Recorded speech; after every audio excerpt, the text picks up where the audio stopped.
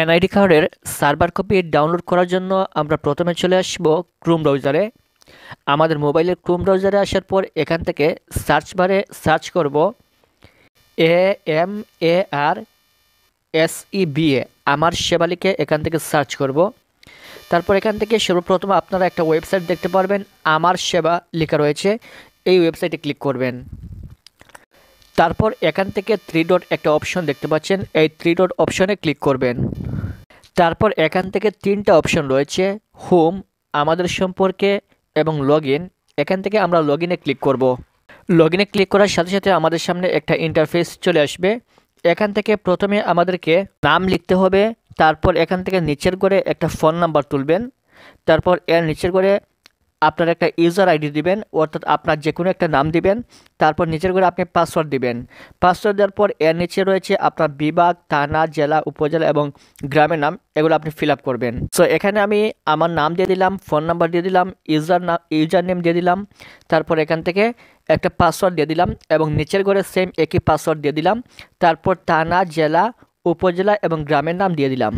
দিয়ে দেওয়ার পর এখান থেকে একটা টিক চিহ্ন অপশন রয়েছে, এখান থেকে আপনারা একটা টিক চিহ্ন দিয়ে দিবেন। দিয়ে দেওয়ার পর রেজিস্ট্রেশন করুন, এই অপশনে ক্লিক করবেন। তারপর আপনার সামনে এরকম একটা ইন্টারফেস চলে আসবে। এখান থেকে আপনার ফোন নাম্বারে 6 ডিজিটের একটা ওটিপি SMS আসবে।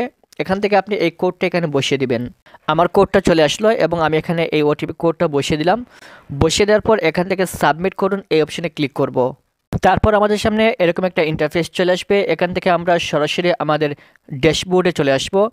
আসার পর এখানে উপরে বাম পাশে 3 ডট আইকন রয়েছে, এই 3 ডট আইকনে ক্লিক করব। তারপর একেবারে নিচে লেখা রয়েছে প্রোফাইল, এই প্রোফাইলে আমরা ক্লিক করব। প্রোফাইলে ক্লিক করার পর আমরা এরকম একটা ইন্টারফেস দেখতে পারবো।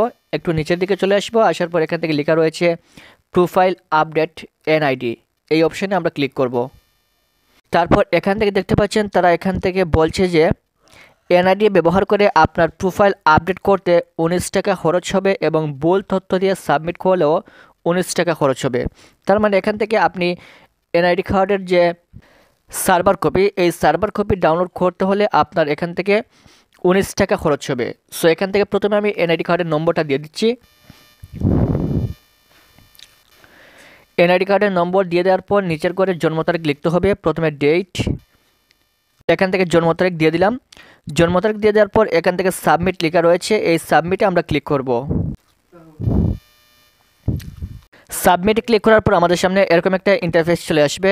এখান থেকে যে 19 টাকা আমাদেরকে পেমেন্ট করতে হবে, তার জন্য বিভিন্ন অপশন রয়েছে, যেমন এখান থেকে ইসলামিক ওয়ালেট রয়েছে, ট্যাপ রয়েছে, বিকাশ, নগদ, রকেট, উপায়, যে কোনো মাধ্যমে আপনি এটা পরিশোধ করতে পারবেন।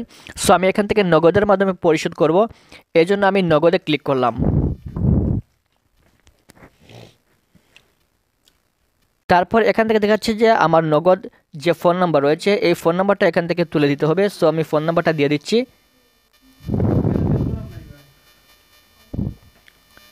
নগদের ফোন নাম্বার দেওয়ার পর এখান থেকে প্রসেসড, এই অপশনে ক্লিক করব। তারপর এখান থেকে আমাদের ফোন নাম্বারে একটা ওটিপি কোড চলে আসবে, এটা আমাদেরকে এখানে বসাতে হবে। আমার মোবাইলে অলরেডি ওটিপি কোড চলে আসছে। ওটিপি কোড বসানোর পর এখান থেকে প্রসেসড, এই অপশন আমরা ক্লিক করব। তারপর এখান থেকে পিন নাম্বার দিতে হবে, আমাদের বিকাশ নগদের যে পিন নাম্বার, সেই পিন নাম্বারটা এখান থেকে দিতে হবে। পিন নাম্বার দেওয়ার পর প্রসেসড, এই অপশনে আবার ক্লিক করব। সো এখানে দেখতে পাচ্ছেন আমার এনআইডি কার্ডের সার্ভার কপি কিন্তু খুব সুন্দরভাবে চলে আসছে। এখান থেকে নিচে লেখা রয়েছে প্রোফাইল প্রিন্ট এনআইডি, এখানে আমরা ক্লিক করব। ক্লিক করার পর দেখতে পাচ্ছেন এখান থেকে কিন্তু আমাদের এনআইডি কার্ডের সার্ভার কপি খুব সহজে চলে আসছে এবং এখান থেকে আমরা চাইলে এটা প্রিন্ট করে বের করে নিতে পারবো। তার জন্য এখান থেকে প্রিন্ট করুন লেখা রয়েছে, এই অপশানে ক্লিক করে আমরা এটা প্রিন্ট করে নিতে পারবো। আশা করি বুঝতে পেরেছেন। এভাবে আপনারা খুব সহজে আপনাদের এনআইডি কার্ডের সার্ভার কপি বের করে নিতে পারবেন। এই ছিল আজকের ভিডিও। পরবর্তী এরকম প্রয়োজনীয় সকল ভিডিও পাওয়ার জন্য অবশ্যই চ্যানেলটি সাবস্ক্রাইব করে রাখবেন। ভিডিওটি সম্পূর্ণ দেখার জন্য অসংখ্য ধন্যবাদ।